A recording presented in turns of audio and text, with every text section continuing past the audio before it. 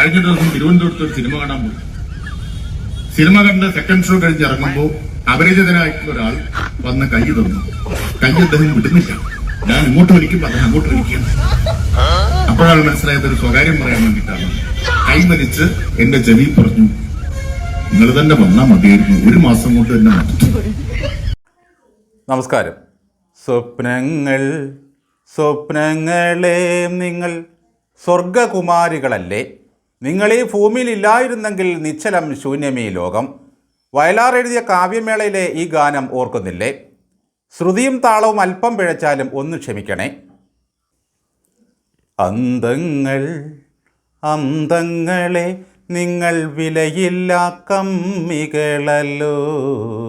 നിങ്ങളീ ഭൂമിയിൽ ഇല്ലായിരുന്നെങ്കിൽ നിശ്ചലം ശൂന്യമീ ലോകം.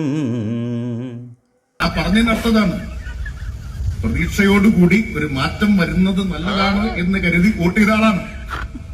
കേരളത്തിന്റെ ചരിത്രത്തിൽ ഒറ്റ മാസം കൊണ്ട് ഇങ്ങനെ വിശ്വാസ്യത നഷ്ടപ്പെട്ട ഒരു ഗവൺമെന്റ് വേറെ ഉണ്ടായിട്ടുണ്ടോ? പ്രിയരെ, ഈ ലോകത്തെ ഇത്ര ചലനാത്മകവും സുന്ദരവുമാക്കിക്കൊണ്ടിരിക്കുന്നത് ഈ കമ്മിവർഗമാണ്. ഒരർത്ഥത്തിൽ ഇവരും ഇവരുടെ വിലാപങ്ങളും ഇന്നലെ കണ്ടുതീർത്ത സ്വപ്നങ്ങളുമില്ലായിരുന്നെങ്കിൽ ഈ വർത്തമാനകാലം എത്രമാത്രം ശൂന്യമായി പോകുമായിരുന്നു. ഇവരുടെ പ്രസംഗങ്ങളും പരിദേവനങ്ങളും കേട്ട് നമ്മളങ്ങ് തലയിൽ കൈവച്ച് ചിരിച്ചുകൊണ്ടിരുന്നാൽ മാത്രം മതി. നിരാശ ബാധിച്ച് വല്ല കടുങ്കയ്യും ചെയ്യുമോ നമ്മുടെ മുൻ മന്ത്രിമാർ? ചിലമ്പിട്ട പാണൻ നിലത്തു നിൽക്കില്ല എന്ന അവസ്ഥയിൽ ഭരണം പോയതിൻ്റെ പിറ്റേന്ന് മുതൽ നിലത്തു നിൽക്കാതെ ഇവർ തുള്ളി ഉറയുകയാണ്.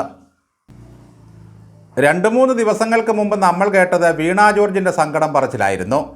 സുൽത്താൻ ബത്തേരിയിൽ വെച്ച് കണ്ട ഒരാൾ നിങ്ങൾ എത്രമാത്രം നല്ലവളാണെന്ന് ഇപ്പോഴാണ് മനസ്സിലായതെന്ന് പറഞ്ഞത്രേ.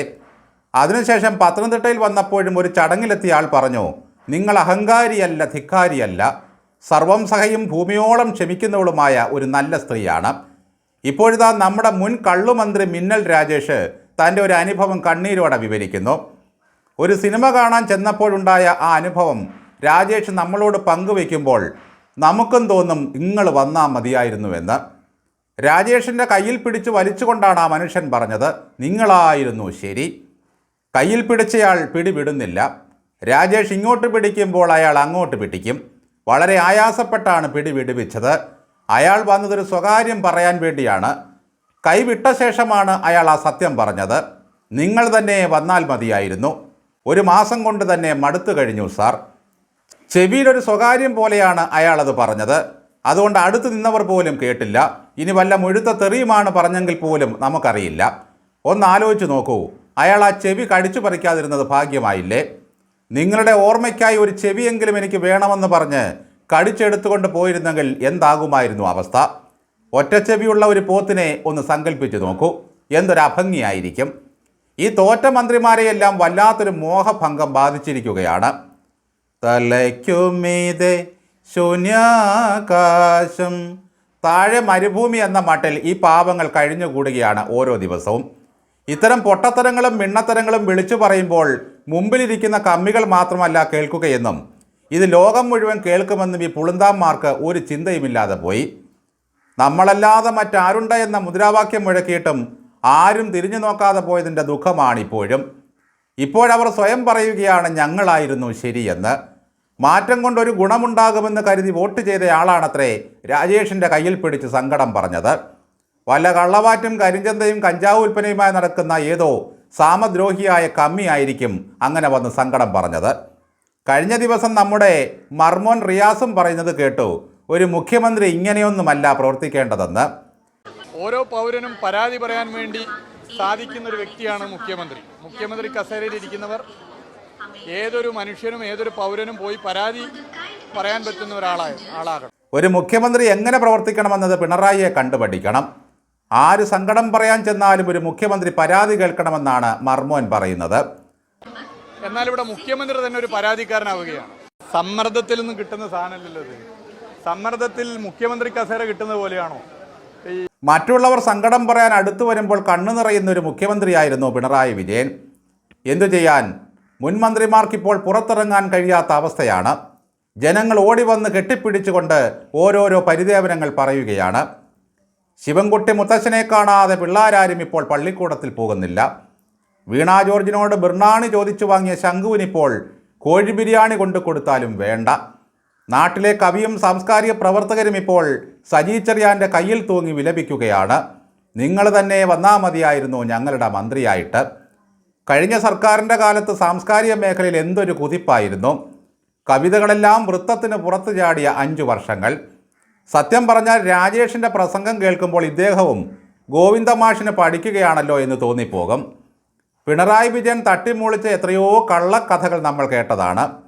വീണ ജോർജിന് ശ്രുതിഭംഗമാണെങ്കിൽ MP രാജേഷിന് കുളമ്പ് രോഗമാണ്.